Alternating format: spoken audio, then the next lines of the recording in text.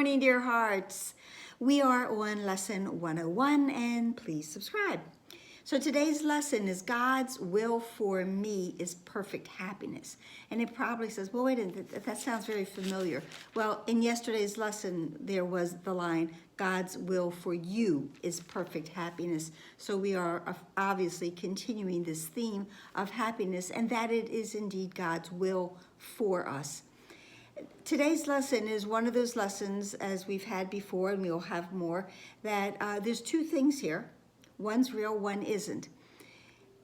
Today, we're looking at salvation, but we're looking at it from two different perspectives. One is from the ego, and the other is from God.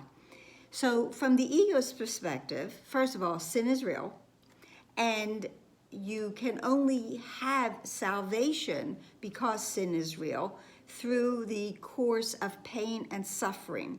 And it says salvation must be feared, for it will kill, but slowly, taking everything away before it grants the welcome boon of death to victims who are little more than bones before salvation is appeased. This is how the ego will present salvation for us. Now, in opposition to that, first of all, that's not real. It's the illusion. But in opposition to that, the other side of this, salvation is given us simply by realizing that that is God's will.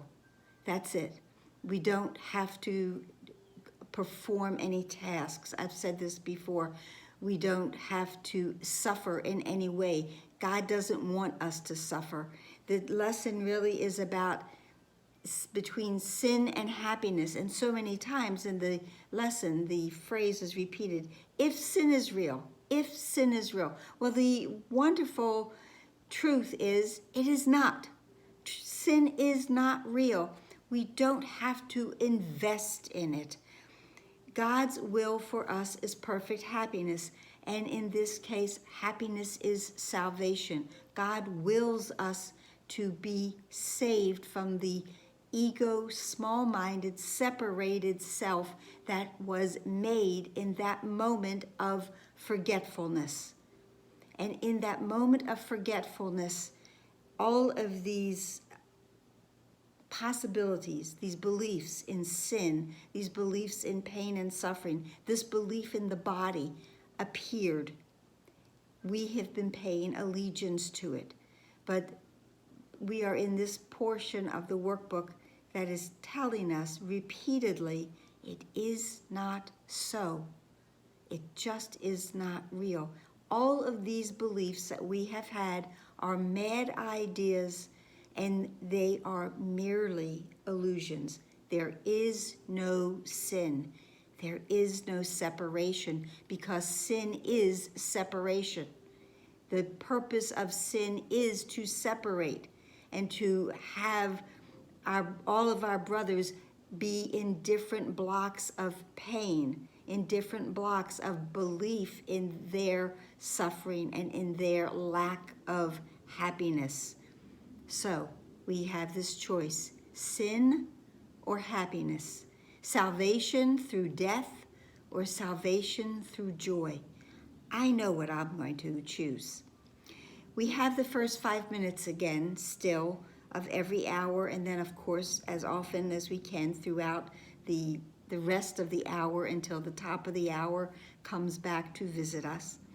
And the lines that we're given for going into our 5 minutes is God's will for me is perfect happiness. There is no sin. It has no consequence. It can't have any consequence because it isn't real. It's an illusion. Illusions have no consequence unless we choose to believe in them. We are moving all of our beliefs away from the unreal and into what is real. And what is real is God's will for me is perfect happiness. Now, the last paragraph of this lesson, it's very beautiful. And it says, today escape from madness. You are set on freedom's road. And now, today's idea brings wings to speed you on and hope to go still faster to the waiting goal of peace. There is no sin. Remember this today and tell yourself as often as you can, God's will for me is perfect happiness. This is the truth because there is no sin. That's it for today. It's a beautiful, joyful lesson. Tomorrow we are still dealing with this idea of happiness. We need to have it reinforced within our mind that it will block out and eradicate all of those false beliefs in sin and pain and death.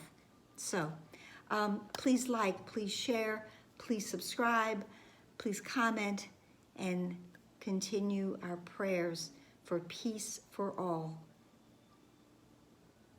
It will be answered. Namaste.